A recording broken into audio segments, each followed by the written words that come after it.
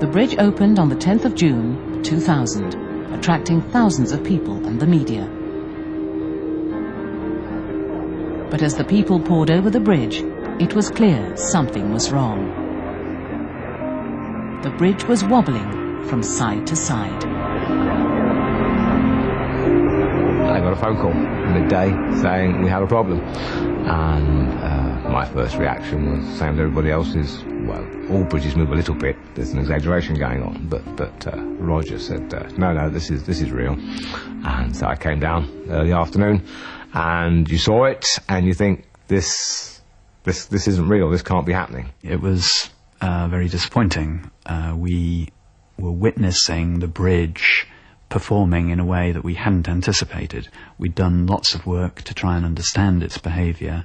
We felt that we understood it very well, and here it is doing something completely unexpected. The engineers had tested every element of the bridge, from the cables and bolts to how the bridge would behave. Regulations and codes of practice give engineers basic design guidelines. These codes are based on years of experience and look at how different vibrations can affect a bridge.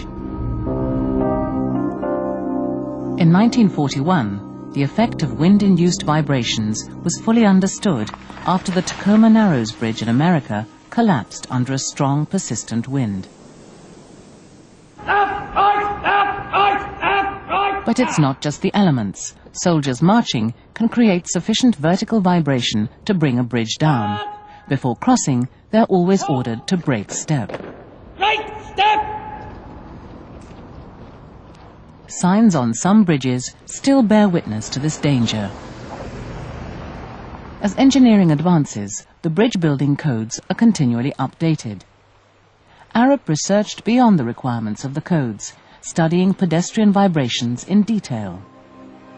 With regard to pedestrians, we did a lot of work on vertical vibration. That is, as a pedestrian walks over the bridge or a group of pedestrians, what kind of force, repetitive force, do they put into the bridge? Arup's calculations followed the codes in assuming that people walked randomly and the major force they generated was vertical. But on the Millenium Bridge, something unexpected happened. People changed the way they walked in reaction to the movement of the bridge. To balance themselves, pedestrians spread their feet apart, creating a significant lateral, not vertical force. More importantly, the people's reaction was almost identical. Everyone stepped the same way at the same time, creating a synchronized rather than random force. The frequency of this force matched the natural frequency of the bridge.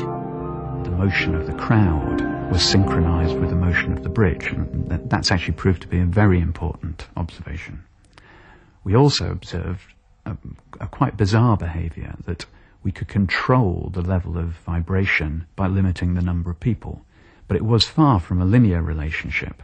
We noticed that it was almost an on and off situation, that either, the centre span particularly, either it was vibrating or it was fine.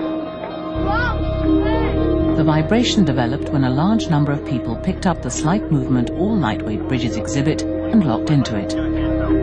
Lock-in is the term that we've used to describe the fact that people, as they walk over this moving surface, sense that movement and adjust their gait to take account of it, to stay up, to keep their balance.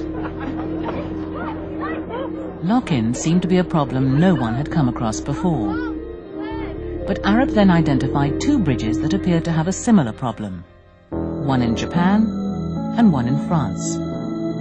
However, reports of the problems on the Solferino Bridge in Paris were confused, and they did not identify the cause. In Japan, engineers did publish their understanding of the phenomenon, but in a journal of seismic engineering, unlikely to be read by bridge engineers. The body of knowledge hadn't disseminated beyond those people. And Arabs didn't know about it, I didn't know about it, and specialist checking engineers, who are the most likely people to have known about it, didn't know about it.